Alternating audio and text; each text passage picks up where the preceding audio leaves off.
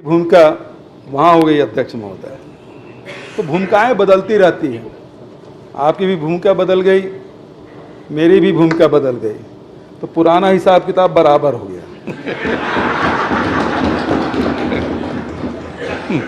नमस्कार दोस्तों, स्वागत है आप सबका टीवी 24 छत्तीसगढ़ में। जी हाँ दोस्तों, चुनाव के बाद विधानसभा का पहला शीतकालीन सत्र है वो संपन्न हुआ, जिसमें विभिन्न विधानसभा क्षेत्रों से चुने गए प्रत्याशियों ने इस सत्र में भाग लिया, जिसमें पूर्व मुख्यमंत्री भूपेश बघेल जी भी शामिल थे और उन्होंने बीजेपी के नेताओं को छत्तीसगढ़ के विकास के लिए सतत निरंतर कार्य करेंगे, ऐसा आशा मैं करता हूं। यह पूर्व मुख्यमंत्री भूपेश बघेल जी ने कहा। साथ ही बीजेपी के पूर्व मुख्यमंत्री रमन सिंह पर कटाक्ष करते हुए कई हास्यपूर्ण व्यंग्य किए। तो चलिए पूर्व मुख्यमंत्री भूपेश बघेल जी को उन्हीं की वाणी में सुनते हैं। माननीय अध्यक्ष महोदय, सर्वसम्मति से विधानसभा के अध्यक्ष चुने पर आपको बधाई, शुभकामनाएं।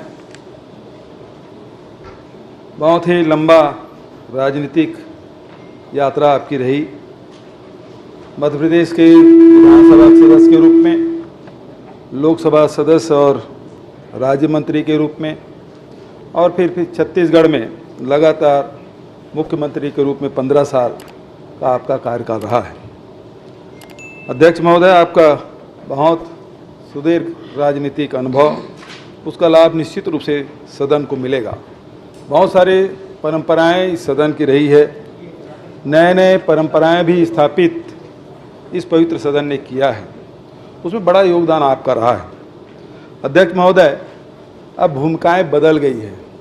पहले जब यहाँ बैठते थे, हम लोग जब इधर रहते थे तो खूब तेज आक्रमण करते थे।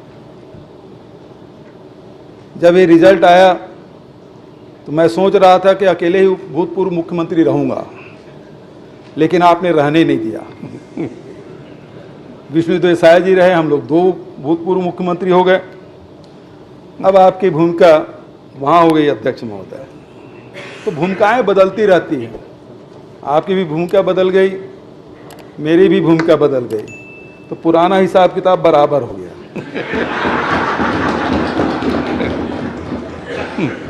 क्योंकि बराबर आप नहीं रखेंगे और आप वहाँ बैठे हैं और हमारे तरफ नजरी नियायत नहीं होगी तो हम लोगों को तो बड़ा मुश्किल होगा। राजेंद्र प्रसाद शुक्ल जी से भूपेश जी, इधर उधर की बात ना कर, ये बता कि कारवां क्यों लूटा। वो भी अभी बहुत समय है, इसके बारे में चर्चा करेंगे। हम लोग सिर्फ 15 थे, आप तो 35 के साथ हो। आप 15 थे, लेकिन हमारे अध्यक्ष जी, भूतपूर्व अध्यक्ष जी, हम लोगों को ज़्यादा समय आप लोगों को देते थे। वही याद दिला रहे, हमारे नेताजी ने भी याद दिलाया और मैं भी याद दिला रहा हूँ।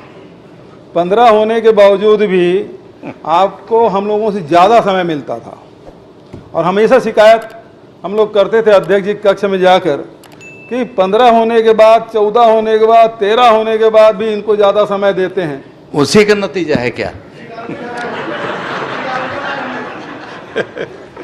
अब हम लोग 35 हैं, कम नहीं है।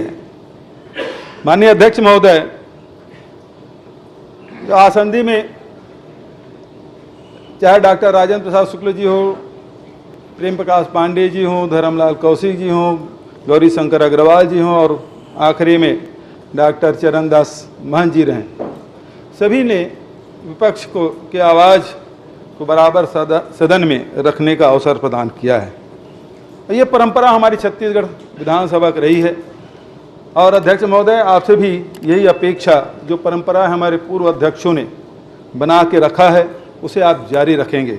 मैं इस अवसर पर सभी सदस्यों को बधाई देता हूं, खासकर नए सदस्यों को। बहुत सारे पुराने सदस्य आए हैं, पुराने सदस्य कुछ बिछड़े भी हैं, नए सदस्य आए हैं, मैं सबका स्वागत करता हूँ।